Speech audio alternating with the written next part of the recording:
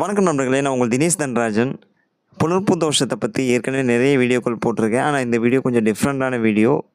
ஏன்னா புனர்ப்பு தோஷத்தோட உண்மையான வெளிப்படையான முகத்தை இந்த வீடியோ உடைச்சி காட்ட போகுது.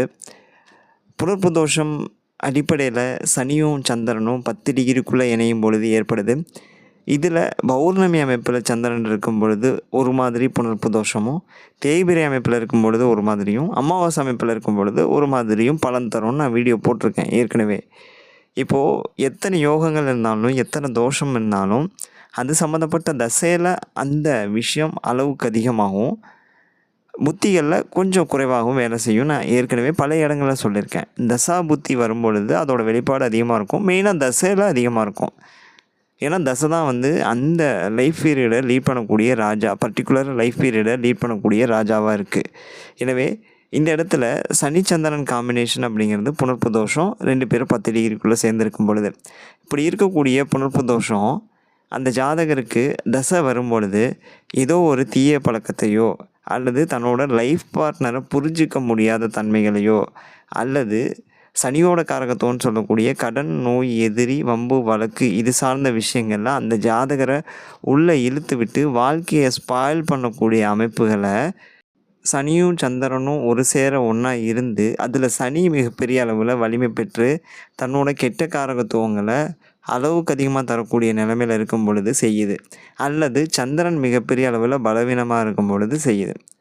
எனவே இப்போ நான் ஒரு ஜாதகம் காட்டுறேன் பாருங்கள். Live example.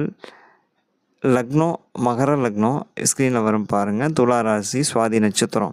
ஒரிஜினல் ஜாதகம். கரண்ட்டில் சனி திசை நடந்துகிட்டு இருக்கக்கூடிய அமைப்பு. இந்த ஜாதகருக்கு சனி திசையில் ஆரம்பித்ததுலேருந்து தீய பழக்கம் லைஃப்பில் வந்துருச்சு. ட்ரிங்கிங், ஸ்மோக்கிங் இது சார்ந்த விஷயங்கள் லைஃப்பில் வந்துருச்சு. அதோட அளவு அப்படிங்கிறது அதிகமாகிடுச்சு. கண்ட்ரோலே கிடையாது.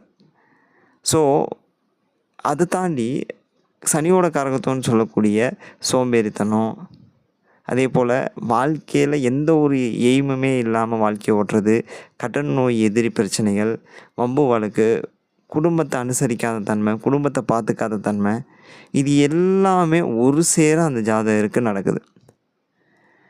இந்த இடத்துல மகர லக்னமாகி சனி உச்சமாக இருந்து வக்ரம் பெற்றிருக்கார். நல்லா புரிஞ்சுக்கோங்க, உச்சமாகி வக்ரம் பெற்றிருக்கார். ஆனால் சனியும் சந்திரனும் 5 டிகிரிக்குள்ளே அணிஞ்சிருக்காங்க. அதை தாண்டி சனிச்சந்திரன் 5 டிகிரிக்குள்ளே அணிஞ்சது மட்டும் இல்லாமல் சந்திரன் தேய்பிரை அமைப்பில் இருக்கார். லக்னத்தோட 10ஆம் வீட்டில் இருக்கனால சனிக்கு பலம் அதிகம்.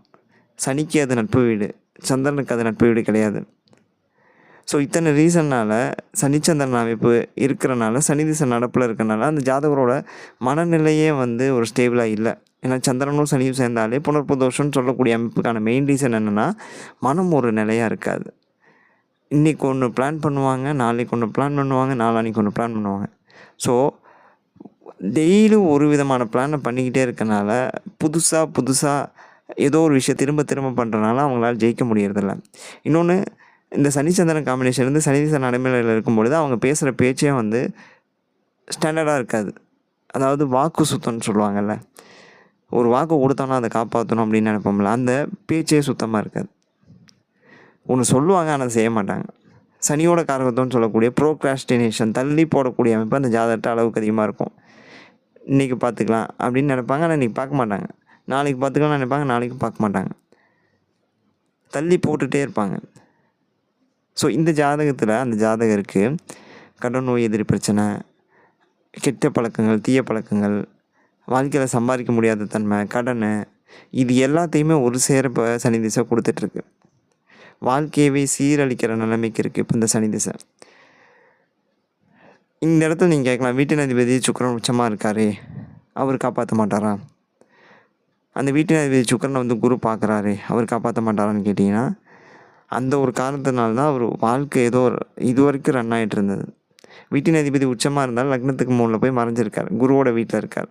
செவ்வாவோட 1 டிகிரிக்குள்ளே அணிஞ்சிருக்கார் சுக்கிரன். ஸோ அந்த இடத்துல சுக்கிரன் தன்னோட பலத்தை கொஞ்சம் செவ்வாய்கிட்ட கொடுத்து கொஞ்சம் பலவீனமாக தான் இருக்குது. குரு பார்வை அந்த வீட்டுக்கு இருக்கனால சுக்கிர திசை வந்தால் வாழ்க்கை நல்லாயிருக்கும், செவ்வாய் திசை வந்தால் நல்லாயிருக்கும். ஆனால் நடக்கிறது சனி திசை. ஸோ சனியோட விஷயங்கள் நடக்கும். இன்னொன்று பாவத் பாவ விதிப்படி சனிக்கு 6 சுக்கிரனுக்கு 8 சனி. ஸோ வீட்டின் அதிபதி பலமாக இருந்தாலும் பாவத் பாவ விதிப்படி மறைஞ்சிருக்கக்கூடிய அமைப்புகள் இந்த இடத்துல வருது. ஸோ இத்தனை ரீசனால் அந்த ஜாதகரோட சனி திசை அப்படிங்கிறது வாழ்க்கை கேள்விக்குறியாக இருக்குது. அந்த ஜாதகர் இதுக்கு முன்னாடி குரு திசையில் இருந்ததுக்கும் இப்போ சனி திசையில் இருக்கிறதுக்கும் 100% மாற்றம் இருக்குது. இப்படி இருக்கக்கூடிய சனி அந்த ஜாதகரை கொஞ்சம் கொஞ்சமாக பேர் புகழ் அந்தஸ்து கௌரவம் எல்லாத்தையும் கெடுத்து கெட்ட பழக்கத்துக்கு உள்ளே இழுத்து கடன் நோய் எதிரியை கொடுத்து குடும்பத்தில் பிரச்சனைகளை கொடுத்து வருமானமே இல்லாத அமைப்புகளை கொடுத்து ஜாதகரை எந்த அளவுக்கு கஷ்டப்படுத்த முடியுமோ அந்த அளவுக்கு கஷ்டப்படுத்திகிட்டு இருக்கு இந்த சனி திசை. இதுலேருந்து நான் சொல்ல வர விஷயம் என்னென்னா, புனர்ப்பு தோஷங்கிறது சனி மிகப்பெரிய அளவில் வலுப்பெற்று இருக்கக்கூடாது. அதே போல் சந்திரன் பலவீனமாகவும் இருக்கக்கூடாது. பௌர்ணமி அமைப்பிலையோ அல்லது 2 பேரும் ஒரு 15 டிகிரிக்கு மேலே விலகி இருக்கக்கூடிய அமைப்பிலையோ அல்லது இந்த புனர்ப்பு தோஷம் இருந்தாலும் ஏதோ ஒரு இடத்துலேருந்து குரு பார்க்கக்கூடிய அமைப்பிலையோ அல்லது வீட்டின் அதிபதி ஒரு சுபகிரகமாக இருந்தால் அந்த கிரகம் 6-8-12 மறையாமல், அதாவது சனிக்கு 6-8-12 மறையாமல் பாவத் பாவ விதிப்படி வலிமை பெற்றிருந்தாலோ இந்த தோஷத்தோட அளவு அப்படிங்கிறது குறையும். அப்படி இல்லை அப்படிங்கிற பட்சத்தில் அந்த தோஷத்தோட அளவு அப்படிங்கிறது அதிகமாக தான் இருக்கும். இதற்கு அடுத்த நிலையில் இந்த புனர்ப்பு தோஷம் எல்லாருக்கும் ஒரே மாதிரி மிகப்பெரிய பாதிப்புகளை கொடுக்கறதில்ல, கூட குறைச்சலாக இருக்குது. இன்னொன்று, இந்த இடத்துல சனி மிகப்பெரிய அளவில் வலிமை பெறுறதுங்கிறது கூடாது. உச்சவக்கரமாக இருந்தாலும் உச்சம் பெற்று சனிச்சந்திரன் புனர்ப்பு தோஷங்கிறது அது கண்டிப்பாக பாதிக்கப்படும்.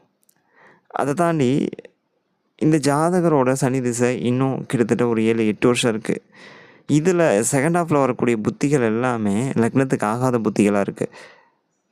இப்போது இதுக்கடுத்து வரக்கூடிய புத்திகளில் அந்த ஜாதகரோட வாழ்க்கை தரம், வாழ்க்கை சார்ந்த விஷயங்கள், குடும்பம் சார்ந்த விஷயங்கள், பொருளாதாரம், இது எல்லாத்துலேயுமே சனி பாசிட்டிவாக கொடுப்பாரான்னு கேட்டால் கிடையாது. ஏன்னா முதல் பகுதியில் சனி புத்தி, புதன் புத்தி, கேது புத்தி, சுக்கிர புத்தி இது எல்லாமே ஆல்மோஸ்ட் முடிஞ்சிடுச்சு. ஸோ ஒரு தசையோட முதல் பகுதியில் பெருசாக யோகத்தை கொடுக்கவே முடியல. தனக்கு சாதகமான புத்திகளே அந்த சனி கொடுக்க முடியல. இதற்கு அடுத்து வரக்கூடிய புத்திகளில் மட்டும் எப்படி கொடுக்க முடியும்? இந்த வீடியோவில் உங்களுக்கு ஒரு விஷயம் புதுசாக புரிஞ்சிருக்குன்னு சொல்லி நான் நம்புகிறேன். மீண்டும் அடுத்த வீடியோவில் இதே மாதிரி ஒரு நல்ல கண்டென்ட்டோட மீண்டும் நான் உங்களை சந்திக்கிறேன். மறக்காமல் நம்ம சேனலை சப்ஸ்கிரைப் பண்ணிவிட்டு வீடியோ பாருங்கள். Stay tuned. தேங்க்யூ.